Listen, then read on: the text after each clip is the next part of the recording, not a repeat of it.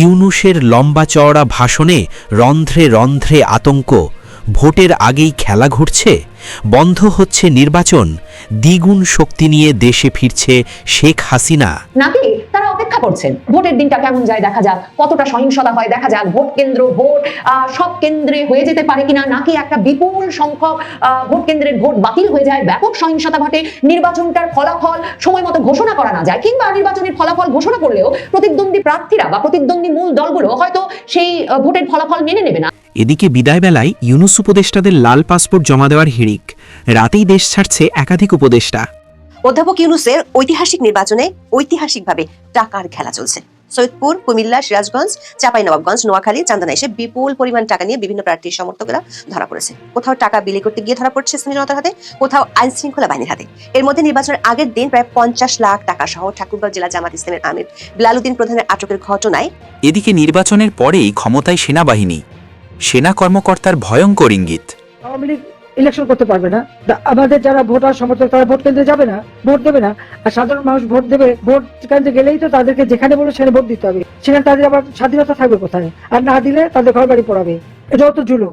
যে ভোট দিতে যাবে কি যাবে, এটা তার ইচ্ছা, যাকে ভোট দেবে সেটা তার নিজের।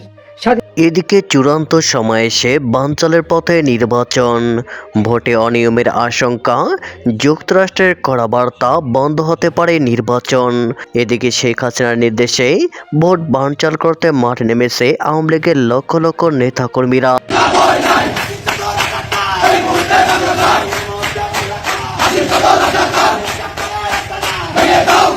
ইউনূসের লম্বা চওড়া ভাষণে রন্ধ্রে রন্ধ্রে আতঙ্ক। ভোটের আগেই খেলা ঘুরছে, বন্ধ হচ্ছে নির্বাচন, দ্বিগুণ শক্তি নিয়ে দেশে ফিরছে শেখ হাসিনা। প্রধান উপদেষ্টা অধ্যাপক মোহাম্মদ ইউনূস বলেছেন, নির্বাচন হয়ে গেলে নির্বাচিত সরকার দ্রুত দায়িত্ব গ্রহণ করবে। এর মধ্যে দিয়ে শেষ হবে অন্তর্বর্তী সরকারের দায়িত্ব। মঙ্গলবার সন্ধ্যায় জাতির উদ্দেশ্যে তিনি ভাষণ দেন। সেই ভাষণে তিনি স্মরণ করেন মহান মুক্তিযুদ্ধ ও জুলাই অভ্যুত্থানে শহীদের রক্তের বিনিময়ে স্বাধীন বাংলাদেশ প্রাপ্তির কথা। প্রধান উপদেষ্টা বলেন, আর মাত্র একদিন পরই সারা দেশে অনুষ্ঠিত হবে ত্রয়োদশ জাতীয় সংসদ নির্বাচন ও জুলাই জাতীয় সনদের ওপর গণভোট। সারা জাতির বহু বছরের আকাঙ্ক্ষার দিন। মহান মুক্তিযুদ্ধ ও জুলাই গণ অভ্যুত্থানে শহীদের রক্তের বিনিময়ে আমরা বাংলাদেশ পেয়েছি এবং স্বৈরাচার বিরোধী দীর্ঘ লড়াই সংগ্রামের সাফল্যের পর আজ আবার গণতান্ত্রিক উত্তরণের যুগ সন্ধিক্ষণে দাঁড়িয়ে আছি। আপামর জনগণের, বিশেষ করে জুলাইয়ের যোদ্ধাদের আত্মত্যাগ ছাড়া এই নির্বাচন, এই গণভোট কোনোটিই সম্ভব হতো না। সমগ্র জাতি তাই তাদের কাছে চিরঋণী। তিনি বলেন, আমরা অত্যন্ত আনন্দের সঙ্গে এবং গৌরবের সঙ্গে নবনির্বাচিত সরকারের কাছে দায়িত্ব অর্পণ করে তাদের সর্বাঙ্গীন সাফল্য কামনা করে বিদায় নিয়ে নিজ নিজ কাজে ফিরে যাব। আমরা এই শুভ মুহূর্তের জন্য অধীর আগ্রহে অপেক্ষা করছি। প্রধান উপদেষ্টা জানিয়েছেন, আগামী পরশু 2টি ভোট অনুষ্ঠিত হতে যাচ্ছে। আমরা সবাই মিলে নতুন সরকার গঠনের নির্বাচন করব। পাশাপাশি গণভোটের মাধ্যমে আমাদের প্রাণপ্রিয় বাংলাদেশ রাষ্ট্রের ভবিষ্যৎ কাঠামো নির্ধারণ করব। এবারের নির্বাচন প্রসঙ্গে ইউনূস জানিয়েছেন, এবারের নির্বাচনকে ঘিরে সার্বিক প্রচার প্রচারণা পূর্ববর্তী যে কোনো নির্বাচনের তুলনায় উল্লেখযোগ্যভাবে শান্তিপূর্ণ হয়েছে। মত ও আদর্শের পার্থক্য থাকা সত্ত্বেও রাজনৈতিক দলগুলি সংযম দেখিয়েছে। প্রার্থীরা দায়িত্বশীল আচরণ করেছেন এবং সাধারণ মানুষ সচেতন থেকেছেন। এই পরিবেশ হঠাৎ করে তৈরি হয়নি, এটি সম্মিলিত দায়িত্ববোধের ফল। প্রধান উপদেষ্টা বলেন, তবে এই শান্তিপূর্ণ পরিবেশের মাঝেও আমাদের হৃদয়ে গভীর বেদনার ছায়া রয়েছে। নির্বাচনের তফসিল ঘোষণার পর এবং প্রচার প্রচারণাকালে সংঘটিত কয়েকটি সহিংস ঘটনায় আমরা কিছু মূল্যবান প্রাণ হারিয়েছি। এই সহিংসতা আমাদের জাতীয় বিবেককে নাড়িয়ে দিয়েছে। গণতন্ত্রের চর্চায় কোনো প্রাণ ঝরে যাওয়া কোনো সভ্য রাষ্ট্রের জন্যই গ্রহণযোগ্য নয়। তিনি বলেন, এবারের নির্বাচনে 51টি রাজনৈতিক দল অংশগ্রহণ করছে, যা এ যাবৎকালের যে কোনো নির্বাচনের মধ্যে সর্বাধিক সংখ্যক রাজনৈতিক দলের অংশগ্রহণ। স্বতন্ত্র প্রার্থী সহ মোট প্রার্থীর সংখ্যা 2000-এরও বেশি। আগের জাতীয় নির্বাচনগুলিতে এর চেয়ে বেশি প্রার্থী প্রায় কখনো দেখা যায়নি। ইউনূস আরও বলেন, এবারের নির্বাচন শুধু আরেকটি নিয়মিত নির্বাচন নয়, এটি একটি গণ অভ্যুত্থানের পর দেশের প্রথম জাতীয় নির্বাচন। দীর্ঘ সময় ধরে জমে থাকা ক্ষোভ, বৈষম্য, বঞ্চনা ও অবিচারের বিরুদ্ধে জনগণের যে জাগরণ দেখেছি, এই নির্বাচন তার সাংবিধানিক প্রকাশ। রাজপথের সেই দাবি আজ আপনাদের ব্যালটের মাধ্যমে উচ্চারিত হতে যাচ্ছে। তাই এই নির্বাচন বাংলাদেশের গণতান্ত্রিক যাত্রায় একটি ঐতিহাসিক মাইলফলক। এই ভাষণ একটি রুটিন ভাষণ বলা যেতে পারে। যে কোনো সরকার প্রধান ভোটের আগে জাতির উদ্দেশ্যে ভাষণ দিয়ে থাকেন। সেই রীতি বজায় রাখলেন তদারকি সরকার প্রধান। তিনি ভোটারদের অভয় দিয়েছেন, নাগরিক অধিকার প্রয়োগের আবেদন জানিয়েছেন। ভাষণের একটি পর্যায়ে তাকে বলতে শোনা, একটি চিহ্নিত মহল পরিকল্পিতভাবে গুজব এবং বিকৃত তথ্য ছড়িয়ে নাগরিকদের মনে সন্দেহ, ভয় ও বিভ্রান্তি সৃষ্টি করার চেষ্টা করছে। তাদের উদ্দেশ্য একটাই, নির্বাচনে শান্তিপূর্ণ পরিবেশ নষ্ট করা, জনগণের আস্থাকে দুর্বল করা। এই প্রসঙ্গে তিনি আরও বলেন, এখন নতুন করে অপপ্রচার চালানো হচ্ছে যে বর্তমান অন্তর্বর্তী সরকার নাকি নির্বাচিত জনপ্রতিনিধিদের কাছে দায়িত্ব হস্তান্তর করবে না। এটি সম্পূর্ণ ভিত্তিহীন ও পরিকল্পিত অপপ্রচার, যার একমাত্র উদ্দেশ্য আমাদের গণতান্ত্রিক উত্তরণে বিঘ্ন সৃষ্টি করা। আপনারা নিশ্চিন্তে থাকুন, নির্বাচনে বিজয়ী জনপ্রতিনিধিদের কাছে দ্রুততম সময়ে ক্ষমতা হস্তান্তর করে অন্তর্বর্তী সরকার তার দায়িত্ব সমাপ্ত করবে। প্রথম প্রশ্ন হল, তিনি কোনো নির্দিষ্ট সময়ের কথা বলেননি, বলেছেন দ্রুততম সময়ে ক্ষমতা হস্তান্তরের কথা। কিন্তু কেন? অথচ শফিকুল আলম জানিয়েছেন, নির্বাচনের ফল ঘোষণার 4-5 দিনের মধ্যে জনপ্রতিনিধিদের শপথ বাক্য পাঠ করানো হবে। তাহলে কি ইউনূসের ইচ্ছা জুলাই সনদের পক্ষে ভোট পড়ুক আর তিনি ক্ষমতায় আরও কিছুদিন থেকে যান? গুজবের কথা তার কানে গিয়েছে বলেই ভাষণে তার উল্লেখ করেছেন। তাহলে কি আন্ডার দ্য টেবিল কোনো দলের সঙ্গে সমঝোতা হয়ে গেছে যে তিনি রাষ্ট্রপতি হবেন? ইউনূস কিন্তু একবারের জন্য বলেননি যে তার সরকারে থাকার ইচ্ছে আছে না কোনো দায়িত্ব পালনের ইচ্ছে আছে। এদিকে বিদায়বেলায় ইউনূস উপদেষ্টাদের লাল পাসপোর্ট জমা দেওয়ার হিড়িক। রাতেই দেশ ছাড়ছে একাধিক উপদেষ্টা। আগামী 12 ফেব্রুয়ারি ত্রয়োদশ জাতীয় সংসদ নির্বাচন। বাজছে অন্তর্বর্তী সরকারের ভেতরে বিদায়ের সুর। এরই মধ্যে অন্তর্বর্তী সরকারের উপদেষ্টারা তাদের সরকারি বাসভবন ও কূটনৈতিক পাসপোর্ট সংশ্লিষ্ট দপ্তরে ফেরত দেওয়া শুরু করেছেন। ইতিমধ্যে 2 জন উপদেষ্টা তাদের সরকারি বাসা ছেড়ে দিয়েছেন। বাসাটি বুঝে নেওয়ার জন্য তারা গৃহায়ন ও গণপূর্ত মন্ত্রণালয়ে চিঠি দিয়েছেন। অন্যদিকে অন্তত 13 জন উপদেষ্টা ও চুক্তিতে নিয়োগ পাওয়া একজন ঊর্ধ্বতন কর্মকর্তা তাদের কূটনৈতিক পাসপোর্ট জমা দিয়েছেন। উপদেষ্টাদের কেউ কেউ বলছেন, যতদিন সরকারের দায়িত্বে থাকব ততদিন লাল পাসপোর্ট কাছেই রাখব, বিদায়বেলায় সরকারি সব জিনিসপত্রের সঙ্গে লাল পাসপোর্টও জমা দেব। আবার অনেক উপদেষ্টা স্টাফদের মাধ্যমে ব্যক্তিগত নথি ও জিনিসপত্র এরই মধ্যে সরকারি দপ্তর থেকে বাসায় নিয়ে গেছেন। অনেক গুরুত্বপূর্ণ নথি ও সই হচ্ছে অন্তর্বর্তী সরকারের শেষ সময়। তারা বলছেন, নতুন সরকার এলে যাতে দায়িত্ব হস্তান্তর সহজ হয় এবং সহজে সরকারের সব কিছু বুঝিয়ে দেওয়া যায়, এজন্য সব প্রস্তুত করে রাখা হচ্ছে। খোঁজ নিয়ে জানা গেছে, গৃহায়ন ও গণপূর্ত উপদেষ্টা আদিলুর রহমান খান এবং বিদ্যুৎ ও জ্বালানি উপদেষ্টা মোহাম্মদ ফাউজুল কাবির খান সরকারি বাসা ছাড়ার বিষয়ে চিঠি দিয়েছেন। আরও কয়েকজন উপদেষ্টাও আগামী 12 ফেব্রুয়ারি অনুষ্ঠেয় জাতীয় সংসদ নির্বাচনের আগে সরকারি বাসা ছেড়ে দেবেন এবং কূটনৈতিক পাসপোর্ট জমা দেবেন।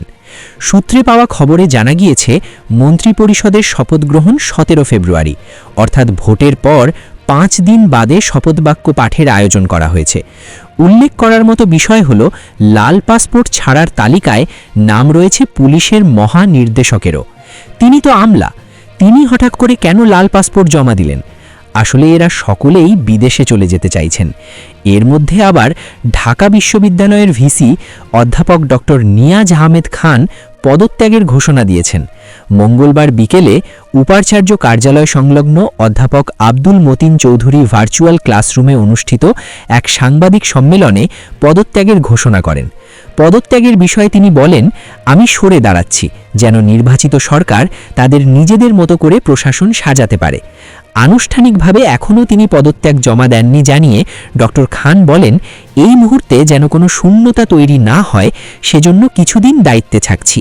নির্বাচিত সরকার আসার পর তাদের পূর্ণ সহযোগিতা করার প্রতিশ্রুতি দিয়েছেন। এদিকে নির্বাচনের পরেই ক্ষমতায় সেনাবাহিনী, সেনা কর্মকর্তার ভয়ঙ্কর ইঙ্গিত। আগামীকাল বৃহস্পতিবার বাংলাদেশে ত্রয়োদশ জাতীয় সংসদ নির্বাচন। অন্তর্বর্তী সরকারের তত্ত্বাবধানে সেখানে ভোট হতে চলেছে। ভোট সকাল 7:30 থেকে। একই দিনে অনুষ্ঠিত হবে জুলাই সনদের উপর গণভোট। বাংলাদেশের 12,76,95,183 জন তাদের পরবর্তী সরকার বেছে নেবেন। রাতের দিকে স্পষ্ট হয়ে যাবে কারা আগামী 5 বছর বাংলাদেশ শাসন করবে। ভোট নিয়ে সর্বশেষ একটি জনমত সমীক্ষা প্রকাশিত হয়েছে। সেই জনমত সমীক্ষার রিপোর্ট অনুসারে বাংলাদেশ শাসন করবে বিএনপি, দ্বিতীয় স্থানে থাকতে চলেছে জামায়াত। এনসিপি, যাদের হাত ধরে বাংলাদেশে পালাবদলের সূচনা, তারা জনমানসে তেমন একটা প্রভাব ফেলতে পারেনি। জনমত সমীক্ষার রিপোর্ট বলছে তারা খুব বেশি হলে 5 থেকে সর্বোচ্চ 10% ভোট পেতে পারে। কোনো কোনো মহল থেকে আবার এটাও আশঙ্কা করা হচ্ছে যে শেষ মুহূর্তে নির্বাচন বাতিলও হয়ে যেতে পারে। বিশেষ একটি গোষ্ঠী ভোট বানচাল করতে সক্রিয় হয়ে উঠেছে। তবে ভোটের ঠিক আগে সেনাবাহিনীর এক কর্তা যে বার্তাটি দিলেন সেটি ভয়ঙ্কর। তিনি জানিয়েছেন, নির্বাচিত নেতারা আবার ব্যর্থ হলে সেনাবাহিনী আবার জনগণের পাশে দাঁড়াবে। ভারতীয় নিউজ ম্যাগাজিন দ্য উইককে দেওয়া এক সাক্ষাৎকারে অবসরপ্রাপ্ত মেজর জেনারেল ফজলে এলাহি আকবর এই কথা বলেছেন। কে এই ফজলে এলাহি? তিনি বেগম জিয়ার নিরাপত্তা ও প্রতিরক্ষা বিষয়ক উপদেষ্টা ছিলেন আর ওয়াকারুজ্জামানের বিশ্বস্ত সেনাপতি। বাংলাদেশে ডক্টর মোহাম্মদ ইউনূস অন্তর্বর্তীকালীন সরকারের প্রধান উপদেষ্টা, তার দায়িত্ব কবে শেষ করবেন, যমুনা থেকে বেরিয়ে তিনি কোথায় কবে যাবেন, আদৌ তার পক্ষে নির্বাচনের পরপরই ক্ষমতা হস্তান্তর করে বের হয়ে যাওয়া সম্ভব হবে কিনা, কিংবা তারা সেই পরিকল্পনা করছেন কিনা, এসব নিয়ে যখন জল্পনা একরকমের তুঙ্গে, তখন ডক্টর মোহাম্মদ ইউনূস জাতির উদ্দেশ্যে যে ভাষণ দিয়েছেন বিস্ময়করভাবে, সেই ভাষণে এই বিষয়গুলো পরিষ্কার করবার তিনি চেষ্টা করেন নাই। ডক্টর মোহাম্মদ ইউনূস বুদ্ধিমান লোক, তিনি জানেন যে নানা রকম নাকি প্রচারণা চালানো হচ্ছে, অপপ্রচার চালানো হচ্ছে, গুজব ছড়ানো হচ্ছে যে অন্তর্বর্তীকালীন সরকার ক্ষমতা হস্তান্তর করে নির্বাচিত সরকারের কাছে ক্ষমতা দিয়ে যাবে না। এবং ডক্টর মোহাম্মদ ইউনূস নিজেই প্রিয় দেশবাসীর উদ্দেশ্যে যে ভাষণ দিয়েছেন, সেখানে তিনি বলেছেন যে এখন নতুন করে অপপ্রচার চালানো হচ্ছে যে বর্তমান অন্তর্বর্তী সরকার নাকি নির্বাচিত জনপ্রতিনিধিদের কাছে দায়িত্ব হস্তান্তর করবে না। এটা সম্পূর্ণ ভিত্তিহীন ও পরিকল্পিত অপপ্রচার, যার একমাত্র উদ্দেশ্য হলো আমাদের গণতান্ত্রিক উত্তরণে বিঘ্ন সৃষ্টি করা। আপনারা নিশ্চিত থাকুন, নির্বাচনে বিজয়ী জনপ্রতিনিধিদের কাছে দ্রুততম সময়ে ক্ষমতা হস্তান্তর করে অন্তর্বর্তীকালীন সরকার তার দায়িত্ব সমাপ্ত করবে। মানে এমন ভাবে ডক্টর মোহাম্মদ ইউনূস এই জবাবটা দিয়েছেন, মনে হচ্ছে তিনি অন্তর্বর্তীকালীন সরকারের কোনো পার্ট নন, তিনি এক রকমের স্থায়ী একটা সরকারের অংশ। কারণ ডক্টর মোহাম্মদ ইউনূস তো অনেক দফা দেশি বিদেশি বিভিন্ন অনুষ্ঠানে আন্তর্জাতিক সাংবাদিকদের কাছে বলেছেন যে জনগণের একটা অংশ তাকে আরো 5, 10, 50 বছর পর্যন্ত চাইছে। কাজে ডক্টর মোহাম্মদ ইউনূস নিজেকে সম্ভবত অন্তর্বর্তীকালীন সরকারের অংশ মনে করেন না, এবং সে কারণে তিনি বলছেন এমন অপপ্রচার চালানোর কোনো কারণ নাই যে অন্তর্বর্তীকালীন সরকার যাবে না। তিনি বলছেন আপনারা নিশ্চিত থাকুন, নির্বাচনে বিজয়ী জনপ্রতিনিধিদের কাছে দ্রুততম সময়ে ক্ষমতা হস্তান্তর করে অন্তর্বর্তীকালীন সরকার তার দায়িত্ব সমাপ্ত করবে। কিন্তু গত কয়েক সপ্তাহ মাস ধরে যে প্রচারণাটা চলছে বা যেসব হিসেব নিকেশ করা হচ্ছে, তার কেন্দ্রে তো ডক্টর মোহাম্মদ ইউনূস। ডক্টর মোহাম্মদ ইউনূস যমুনা ছাড়বেন কিনা, জুলাই সনদ গণভোটে পাশ করিয়ে আনবার পর তার যে দায়িত্বটা, সেটাকে কেমন আকার দেবেন ডক্টর মোহাম্মদ ইউনূস? ডক্টর মোহাম্মদ ইউনূস কি রাষ্ট্রপতির দায়িত্বে সরাসরি নিযুক্ত হবেন? তার আগে কি জুলাই সনদ যেমনটা বলেছে যে নতুন রাষ্ট্রপতিকে গোপন ব্যালটের মাধ্যমে নির্বাচিত করবেন নিম্নকক্ষ এবং উচ্চকক্ষের সদস্যরা, তার মানে তারই আগে কি নিম্নকক্ষের সদস্যরা নির্বাচিত হওয়ার পর তারা যে সাংবিধানিক সংস্কার পরিষদের সদস্য হতে যাচ্ছেন বলে আলী রিয়াজ কদিন আগে মাত্র ঘোষণা করে সন্দেহটা আরো উস্কে দিয়েছেন যে 180 দিন এই নবনির্বাচিত সংসদ সদস্যরা সাংবিধানিক সংস্কার পরিষদের সদস্য হিসেবে জুলাই সনদ বাস্তবায়নের কাজ করবেন। তার মানে ওই 180 দিন পর উচ্চকক্ষ গঠিত হওয়ার পর তারপর নতুন রাষ্ট্রপতি আসবেন, আর সেই নতুন রাষ্ট্রপতির কাছেই কি নতুন সরকার শপথ গ্রহণ করবে? কারণ শাহাবুদ্দিন চুপ্পুকে দিয়ে কোনো শপথ গ্রহণ করানোর কোনো পরিকল্পনার কথা এখন পর্যন্ত ডক্টর মোহাম্মদ ইউনূস কিংবা তার আইন উপদেষ্টা, যিনি যখন তখন নানা রকম আইন তার মাথা থেকে বের করছেন, কিংবা আলী রিয়াজ, তারা কিন্তু উল্লেখ করেন নাই। ডক্টর মোহাম্মদ ইউনূসের জাতির উদ্দেশ্যের এই ভাষণে প্রত্যাশা ছিল তাই যে কি করে পুরো ক্ষমতা হস্তান্তর প্রক্রিয়াটা অনুষ্ঠিত হবে নির্বাচনের পর, সেটা তিনি পরিষ্কার করবেন। আগামীকালকে নির্বাচন, ভোট গ্রহণের ফলাফল প্রকাশের পরেই পরবর্তী পদক্ষেপই হচ্ছে সংসদ সদস্যরা শপথ নেবেন এবং সংখ্যাগরিষ্ঠ দলের যিনি প্রধান তাকে রাষ্ট্রপতির আমন্ত্রণ জানানোর কথা সরকার গঠনের জন্য। কিন্তু এ দফায় যেহেতু একটা অসাংবিধানিক সরকারের অধীনে নির্বাচন অনুষ্ঠিত হচ্ছে, মানে সংবিধান আছে আবার সংবিধান নাই। আর বারবার মনে রাখবেন, গণভোটে জুলাই সনদ পাশ হওয়া মাত্র মানে বর্তমান সংবিধানের কার্যকারিতা নিয়ে যে কোনো জুলাই সনদের পক্ষ শক্তি প্রশ্ন তুলতে পারে, এবং তারা বলতে পারে যেহেতু জুলাই সনদ এই বর্তমান সংবিধানের উপরে স্থান পেল গণভোটে হ্যাঁ ভোট পাশ হওয়ার মাধ্যমে, কাজেই জুলাই সনদ বাস্তবায়নের আগে ওই সংবিধানের কাছে ফিরে যাওয়ার কিছু নাই। অধ্যাপক ইউনূসের ঐতিহাসিক নির্বাচনে ঐতিহাসিকভাবে টাকার খেলা চলছে। সৈয়দপুর, কুমিল্লা, সিরাজগঞ্জ, চাঁপাইনবাবগঞ্জ, নোয়াখালী, চান্দনা এসে বিপুল পরিমাণ টাকা নিয়ে বিভিন্ন প্রার্থীর সমর্থকরা ধরা পড়েছে। কোথাও টাকা বিলি করতে গিয়ে ধরা পড়ছে স্থানীয় জনতার হাতে, কোথাও আইন শৃঙ্খলা বাহিনীর হাতে। এর মধ্যে নির্বাচনের আগের দিন প্রায় 50 লাখ টাকা সহ ঠাকুরগাঁও জেলা জামাত ইসলামের আমির বিলালউদ্দিন প্রধানের আটকের ঘটনায় হইচই পড়ে গেছে। জামাত ইসলামী অবশ্য দাবি করেছে ব্যবসায়িক কাজে নিয়ে যাওয়া এই টাকা নিয়ে অপপ্রচার চালানো হচ্ছে। এর বাইরে 10 ফেব্রুয়ারি মধ্যরাত থেকে বেশ কয়েকটি জায়গায় হামলা এবং অস্ত্রসহ আটকের ঘটনা ঘটেছে। দর্শক, এসব দৃশ্যমান বা যেসব ঘটনা মিডিয়াতে উঠে আসছে তার বাইরে পর্দার আড়ালে চলছে বেশ কিছু নাটকীয় ঘটনা। 11 ফেব্রুয়ারি সকাল থেকে কূটনৈতিক পাড়ায় দফায় দফায় অনুষ্ঠিত হয়েছে বেশ কয়েকটি বৈঠক। প্রশ্ন হলো, ভোটের আগে কি এমন বিষয় যেটা নিয়ে কূটনৈতিক পাড়ায় চলছে দৌড়ঝাঁপ? একাধিক সূত্র বলছে, গত কয়েক মাস ধরে জামাত ইসলামের জোটের পক্ষ থেকে বিএনপিকে যে প্রস্তাব দেওয়া হয়েছিল সেটি নিয়ে চূড়ান্ত নিশ্চয়তার জন্য চলছে এসব নাটক। জামাত ইসলামের পক্ষ থেকে বিএনপির শীর্ষ নেতৃবৃন্দের সাথে চলছে সমঝোতার চেষ্টা। নির্বাচনের দিন আর ভোটের পর দুটি বিষয় নিয়ে চলছে এই সমঝোতার চেষ্টা। শেষ পর্যন্ত এই সমঝোতা না হলে ভোটের মাঠের উত্তাপ আর সহিংসতা অনেক গুণ বেড়ে যেতে পারে এমন আশঙ্কা করছেন সংশ্লিষ্টরা।